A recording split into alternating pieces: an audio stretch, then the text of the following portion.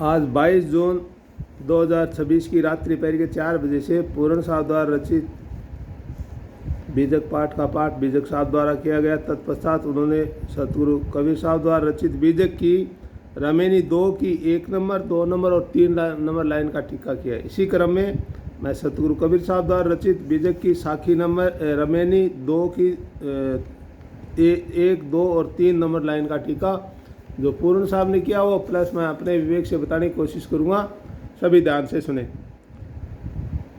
जीव रूप एक अंतर्वासा अंतर ज्योति कीन प्रकाशा। इसमें सतगुरु कबीर साहब बताते हैं कि सर्व प्राणधारियों के अंतःकरण में एक अखंड अविनाशी चैतन्य जीव विराजमान है। यह प्रथम रमेनी में कह चुके हैं।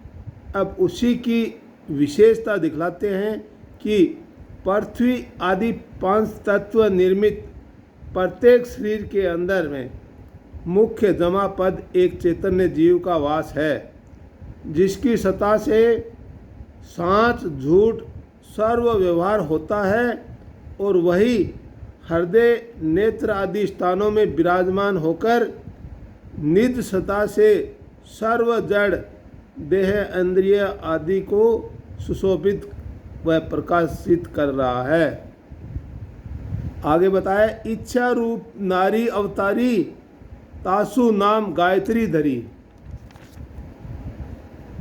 शरीर इंद्रिय विषय सुख अध्यास के कारण मन माया के संघात में उसको इच्छा रूपी नारी ने जन्म लिया और वह त्रिगुणात्मिका होने से जिसका नाम गायत्री रखा है।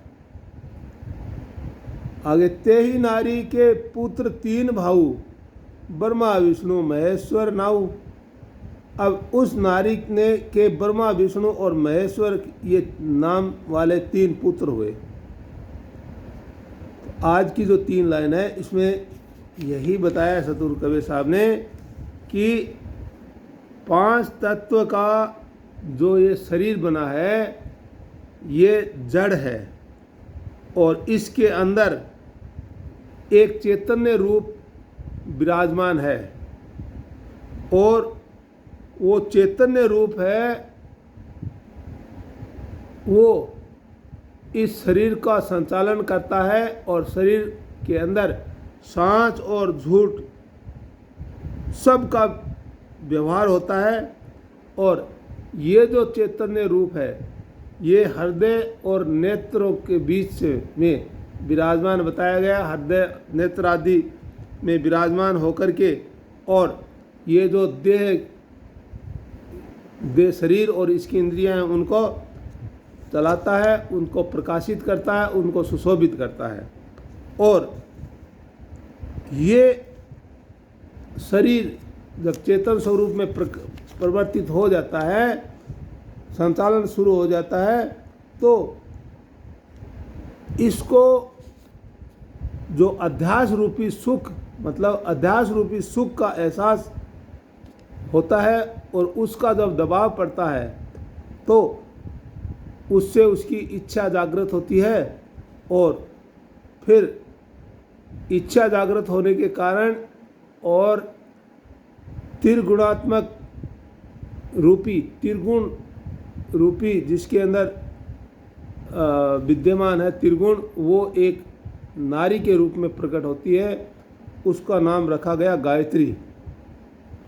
और जब वो नारी प्रकट हुई तो फिर दोनों की पुरुष और नारी दोनों की इच्छा से और फिर बच्चे पैदा शुरू हुए और जिनका नाम रखा गया ब्रह्मा विष्णु और महेश। जो आज की जो 3 लाइन है इनमें सतगुरु कबीर साहब ने ऐसा समझाने की कोशिश किया है। जी गुरु जी।